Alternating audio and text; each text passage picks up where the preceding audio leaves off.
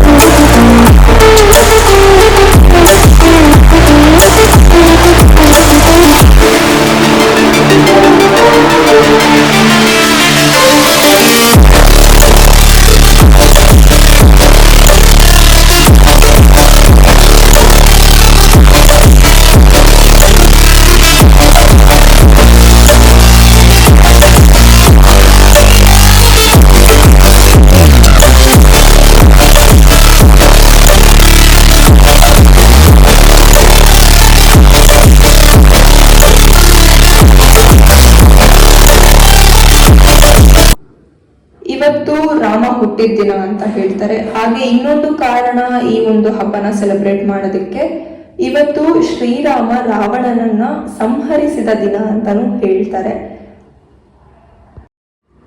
ಈ ಹಬ್ಬ ತುಂಬಾ ಶಾರ್ಟ್ ಅಂಡ್ ಸ್ವೀಟ್ ಆಗಿ ತುಂಬಾ ಪವರ್ಫುಲ್ ಆಗಿ ಇತ್ತು ಅಂತ ಹೇಳ್ತಾ ಈ ವಿಡಿಯೋನ ಎಂಡ್ ಮಾಡ್ತೀನಿ.